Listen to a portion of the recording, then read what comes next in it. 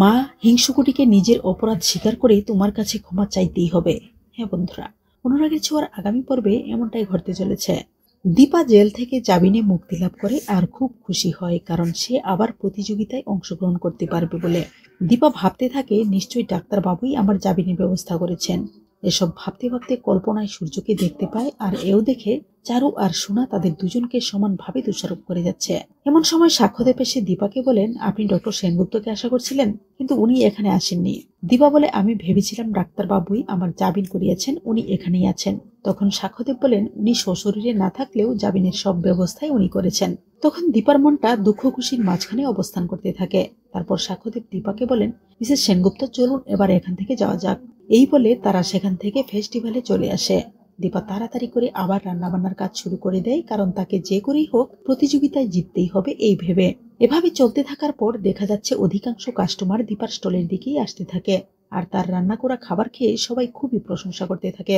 অন্যদিকে রূপা এজির জামিনে মুক্তি লাভের কথা শুনে ভাবে, আমার একবার ওনার সাথে দেখা করা উচিত, কারণ উনি আমার চিকিৎসার কথা চিন্তা করেই আবার কাজে লেগে পড়েছেন।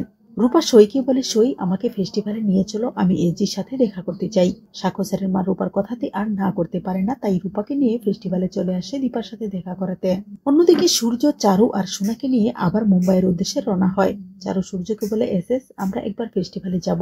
সূর্য বলে, ঠিক আছে। সূর্যর তো আর তর সইছে না, কারণ কখন গিয়ে দীপাকে এক নজর দেখবে এটা ভেবে। এদিকে রূপা স্টলের কাছে গিয়েই মায়ের গলার আওয়াজ শুনে চমকে যায়, আর মা বলে চিৎকার করে ডাকতে থাকে। দীপাও অবাক হয়ে যায়, জয়ী এমন মা মা বলে কেন চিৎকার করছে এটা দেখে। দীপা দৌড়ে রূপার কাছে এসে বলে, জয়ী কি হয়েছে, তুমি এমন করছো কেন? রূপা দীপার হাত ধরে বলে, মা তুমি বেঁচে আছো? দীপা বলে, কে তুই? তুই আমার রূপা? আমি তোকে যতই দেখেছি ততই রূপার কথা মনে হয়েছে। মা আমার বুকে আয় মা। এই বলে দীপা রূপাকে বুকে জড়িয়ে আদর করতে থাকে। এদিকে রূপা তো সোনা আর সূর্যের ব্যাপারে আগে থেকেই সব জানে, তাই রূপা দীপাকে বলে, মা হিংসুকুটিকে নিজের অপরাধ স্বীকার করে তোমার কাছে ক্ষমা চাইতেই হবে। এমন সময় সোনা সেখানে এসে উপস্থিত হয়ে দীপা আর রূপার সব কথাবার্তা শুনে ফেলে। সোনা বুঝে যায় এই জয়ী তাহলে পাতা মেয়ে।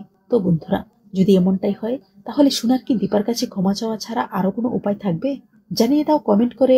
ধন্যবাদ।